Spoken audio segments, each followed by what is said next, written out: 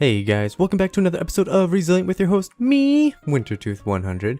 And in today's episode, we are starting off right here at the castle, just to show you we've been doing a little bit of work. But before we get started in today's episode, I just want to go ahead and let you guys know that we do have other members on the server who are uploading videos to the YouTubes. Their links are down in the description below. We have JoeMama1973, YShy, Slashway PhD, and Elokiboo. They're all down in the description below, so please go check them out, give them a like, give them a subscribe, and yeah. Today's episode we are not going to be at the castle, or at least we're going to try to stay away from here.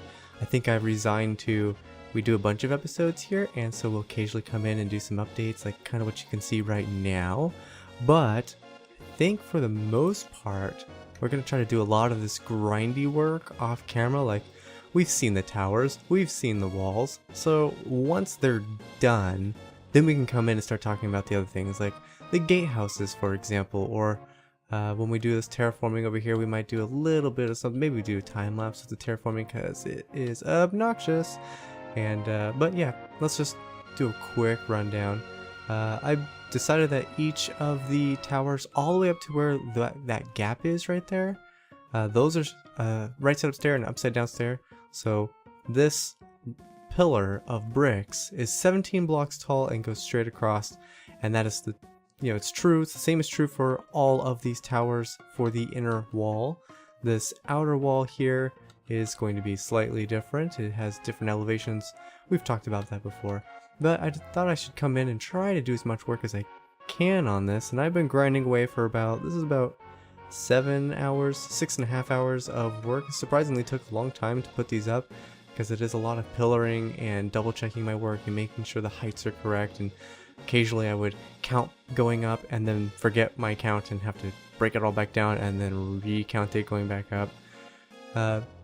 Little interesting fact here though, and it segues into what we're gonna do in today's episode. These brains back here are 2 blocks in height and 3 blocks in height where the torches are, the center bits.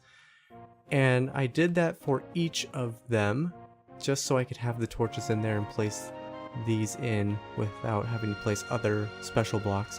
Just getting these towers, the bottom bits in, was 2.5 stacks of brain. That's crazy, isn't it? That's 2.5 stacks of brain just in this bottom part. And we have to do all the way to the top, with each of them. Come on. That's crazy. There's 8 pillars here. So yeah, we have a lot more brain to do. So in today's episode, I thought we would go pick a location, probably over by the Guardian farm. Some place that's kind of out of the way that we don't have to look at. So when this place is complete, we don't see a farm out there, right? We don't want that, because even my island here, this section, is gonna get submerged somehow. I haven't figured out how I want to do it yet, because I don't want to lose my mine. I don't want to lose my thing, but I'm thinking we're gonna have to lose those things. There's really no way, because like if we get down here on floor level with these guys, that puts us at Y58, and it's a few blocks in height. So if we even came down, let's say optimistically, it goes up to 64. So 58 to 64. Where is that in the water? I don't think we can submerge it. I think we have to tear it out. So yeah, this is 64, it's above water level, and 58 is 1 block shy of that one, so this would be, 2 blocks shy of that one, so it should be right here. Yes, so this would be our bottom floor in there, so we can't exactly submerge the base we've been living in, so we're probably going to end up having to tear it out. Not looking forward to that, but once the castle's up and going, we'll slowly start shifting gears and putting our storage over there, and then this would just become a hollow shell of nothingness, and then we can pretty much feel free to rip it out. But that's not what we're going to do in today's episode. Today's episode, we are going to build a farm like I alluded to a moment ago, and that farm is going to be a kelp farm. It's fairly simple. Odds are if you watch Hermitcraft, specifically Exumavoid, you already know exactly what we're going to build, so it's not going to be anything, it's not going to be as big as his, because I think he's building his for the entire server to use, and mine's just going to be private use. But because we are using those blocks as a part of a custom crafting recipe to get coral blocks, I have a feeling we're going to need a lot more of them, and I don't want to have to go out there and mine them every single time. And I don't think this castle is going to be the last time we see coral blocks at all, even living coral blocks. I think we're going to see a lot of that over in the adventure map in the giant lake. So we're going to need access to that. So let me get some materials together. Let me figure out exactly where we're going to build this thing, and I will see you right where we're going to start the project, and we'll talk about the dimensions and all that fun stuff. And here we are. We're outside of the Guardian farm that we created a few episodes ago. We are actually just out of range of the conduit, and I can't be bothered to move it or set a new one up, so instead I've just crafted up a bunch of night vision and water breathing potions. And so we're down here, and we're just kind of flattening out an area. We're going to do something real small. The design itself is, if I can grab some blocks, actually just use the stone bricks just to make things look nice, right? The thing is 13 blocks long, so if we pick a center, doesn't really matter where. 1, 2, 3, we'll call this one the center. So it's 5, 6, 7, 8, 9, 10, 11, 12, and 13. 13, there we go. So that is as wide as the flying machine is, which means our farm, the walls need to come out this way. Keep trying to move quick, but when you move quick you go into swim mode, and it's kind of obnoxious to place blocks sometimes when you're doing that. So this will be the width of the farm, the total width. And so what we need to do, we can actually go pretty much any length and be fine. So we'll pick something, you know, reasonable, nothing too crazy. We want to stay close enough that all these things get loaded in. Our render distance is 14 chunks. We could feasibly go a fairly long ways, but that is also how big we'll have to make the farm. I've only brought 3 stacks of obsidian with me, my immovable block that we're going to use for this particular farm. It'll go along right on top of this layer will be obsidian. So if we made this thing 64 blocks tall, then we'd need 4 stacks of it. 1 stack for each side, and then on top 1 stack for each side. And so we don't want to quite go 64 blocks because that means I'll have to go mining more obsidian, and I don't really want to do that. But basically what's going to happen, and it's pretty straightforward if you've been keeping up with the hermits and Exuma specifically, but what happens is the flying machine gets activated and flies across at this level, the top half of this 2 tall block. And for these guys, it will just break the top bit like that, leaving the bottom bit, and it'll just continue to go across until it reaches the other side. Once it's at the other side, we'll just do a simple redstone updater, and it will send it back. And so it'll come all the way back to this end, and once it's at this end, I'm thinking, I'm not entirely sure how we'll do it, but I'm thinking we're going to do something along the lines of some kind of identifier. So as soon as this thing touches back here, it'll send a signal back up top, and then our top flying machine will start scooping it up, and hopefully that'll be enough time, because this thing, once it starts moving, will start breaking these blocks right here. And so as it's still moving this way, all of this kelp is still working its way up. It has all that time to go up because it's still moving this way. And when it's on its way back, again, all of the kelp, even the kelp that got broken most recently over there, has the entire length of time that it takes for this flying machine to get back. Granted, that's not very long, but for the kelp on the end, not only does it have all of the time for this bottom machine to get back over here, it has all of the time for the top machine to reach it back over there. So hopefully it'll time out and be perfect. But I just need to kind of place some blocks and figure out exactly how long we want this thing to be and how much space we need on this end to house the flying machine. And yeah, just kind of work out all that stuff. So let me get to work. We don't want to take all day with this. It should be a fairly straightforward design. So it's just filling in blocks. We're going to flatten out the rest of this and put in the walls, and I'll see you after that. Alright guys, that took way longer than I expected. I should have known that using this much brick was going to take me hours to do. And even more trips back to the base to get materials. Oh my goodness, this was probably a really terrible idea.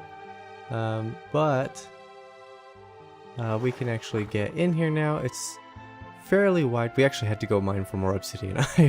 I definitely ran out of obsidian.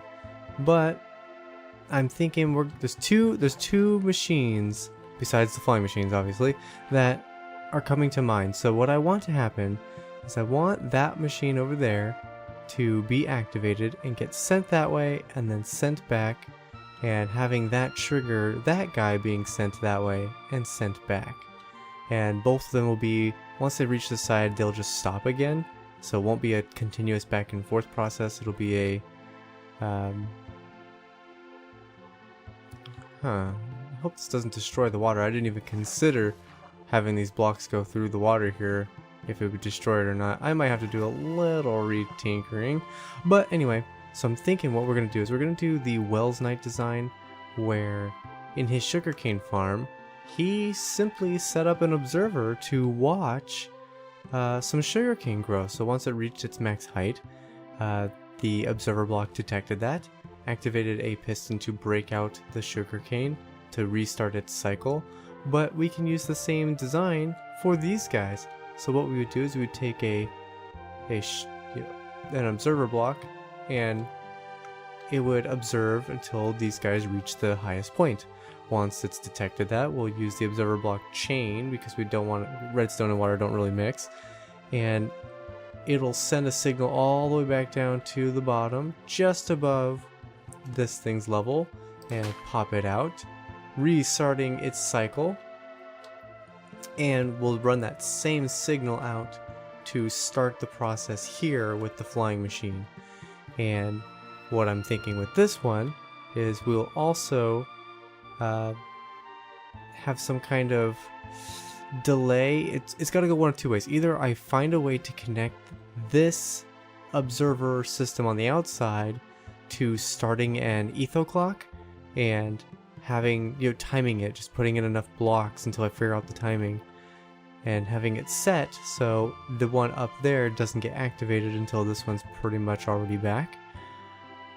Or the alternative, and I think it's probably more likely we figured this one out, is have an observer on the end back there, something, so it detects the machine hitting that side and then sending a signal back over here and activating this one.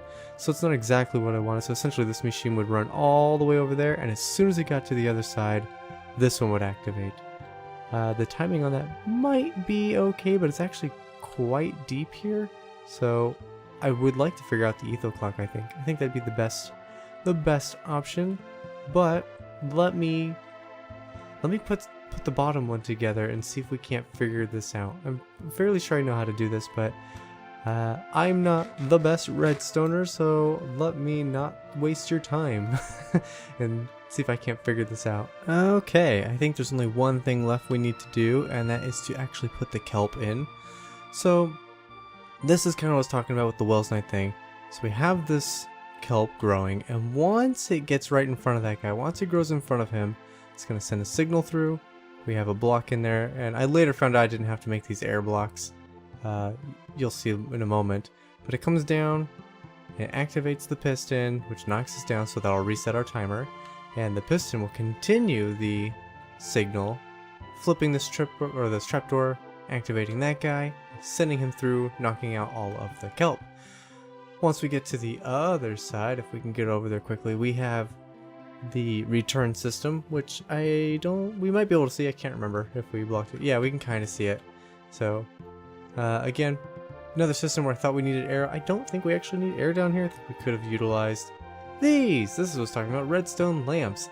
That turns on and off, so it continues the signal through. But anyway, once it gets to this side, there's a looping system here with another trapdoor, and it will send it right back. But this signal is also being hijacked by this line. So once it reaches this side, there is some delay here, not a lot, but there is some delay here. And this took a ridiculous amount of redstone to make, more than anything. I have a ton of cobblestone, way more than enough quartz, but the redstone, that kind of killed me here, was the redstone. But we follow it up using the lamps for each of the corners, and it comes around and it comes right into a trapdoor, which will activate this guy. And there's no fancy work up here, so if this hasn't triggered yet, obviously, so in theory this will go across, that system will loop it back to us. Ah! I haven't been sleeping. I've been underwater this whole time. Ow! Hey! You're not supposed to be underwater with me. Anywho, hopefully it sends it that way, sends it back, and it doesn't get reactivated. Wow, these guys are coming right underwater with me. You wanna fight? Let's fight. Haha, I'm a polar bear. You can't fight me in the water. Of course, I can't seem to fight you either. Wow. I didn't realize these guys would dive bomb me in the water. Yeah, bring it on. Oh, come here. You want to fight me in the water? Come on. I'm a polar bear. You don't stand a chance. Ha! Getting plenty of these guys. I'd like another head, please. Give me another head. Where is he? There you are. Come back. Oh, your flight. Somehow you're flying in water and it's faster than my swimming. Well, I wasn't expecting this. This is kind of a little detour.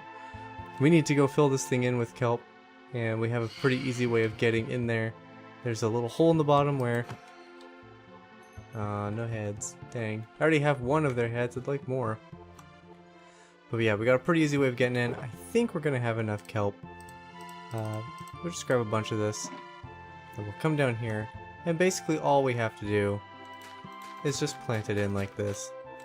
It's quite big, so this is gonna be a tedious process. So let me just do this real fast. And just like that, we have it all filled in. I know it's not really worth doing it, but let's trigger it and see if we can't see the whole thing happen. So in theory, that should have activated it. We get that action. Yes, we're gonna lose this stuff, but oh, see, and it got sent out. And come on, swim faster. Oh, nice. So it's missing. It's either missing some on the side. Oh, it is missing one. Oh, I forgot one block. Well, it's a good thing we tested this, then we can see that. Look how fast it's regrown, though. It's gonna get that on the way back too. All right, so that. Ah! You scared me. A head. Aha! That's the fourth one of those we've gotten since working on this. Alright, that comes back. We should see that this one gets launched out. Maybe? Unless it's extra slow, which I wouldn't be super opposed to. Or maybe it did go. Did this get stuck on something? Oh. Maybe it got stuck to something. Not the obsidian, it can't get stuck to obsidian. Why didn't that go? You see how the two observers are side by side. They're not supposed to be side by side, which means part of it began to leave. Okay, let me fix this. And that's how we fix it, guys. I forgot to extend the signal, so it was too fast. It was going too fast, which was breaking that. So I just fixed this, and now it works just fine. In fact, it just pushed what was hopefully still sitting up here. I mean, we still got some stuff floating, so I don't think anything despawned. So let's go double check to make sure that the chests are picking everything up. I'm not seeing anything sitting over there, so it looks like it should be working. I believe the bottom chest fills first. Or I'm wrong. Or we only got one thing to spawn. Did it just despawn? Oh boy. I think the rest of them just despawned. We weren't fast enough. Okay, well, I don't want to drag this episode out too long. Let me AFK here for, say, 20 minutes and let this grow, and we'll try one more time. I'm definitely going to have to do a little research on these things. Age 17. You can see that on the right hand side under target block. It says Minecraft Kelp age 17. Those change. If I were to put a block of kelp on top of that, and then break it back off, the age would change. And I'm not sure why this thing isn't growing. At least as quickly as I think it's supposed to be growing. Let's grab a few more of these. We're gonna force it to go because this stuff's growing like a champ. But that one's not hardly growing. Oh, look at that. Now all of a sudden it's growing a bunch. It grew 2 in the span of me complaining about it. Great. Alright, so we're gonna do a final test of this. This episode is starting to run a little long. So when we place this block, we should see that bottom one will go, and then the top one will go. Alright, that breaks out, perfect. And we'll just kind of wait. Oh, it's lagging. It's working. It's working because it's lagging. Oh, here they come. So the idea, hopefully, is that those things have time to get to the surface before this activates. If not, we can add more observers and add more delay to this system. So that's always an option, but it looks like they are reaching the top. Some of them are anyway. Oh, but it's not going fast enough. Okay, so we'll have to figure something out. Delay the system a little more, because that's just going to push all this stuff back this way. Okay, well, all we gotta do is add a little bit more lag to it, a little delay to the system, and then everything will be running smoothly. And that should be pretty easy. Like I said, it's just a matter of adding more observers to it, because it adds a lot of delay for some reason. So with that, guys, thank you so much for watching. I'm going to get this fixed, so in the next episode, it'll be up and running. In fact, I'm going to be able to AFK with it tonight. I plan on fixing it right away. So if you guys enjoyed the video, leave a like if you liked, subscribe if you haven't, share with your friends, and I will see you in the next one.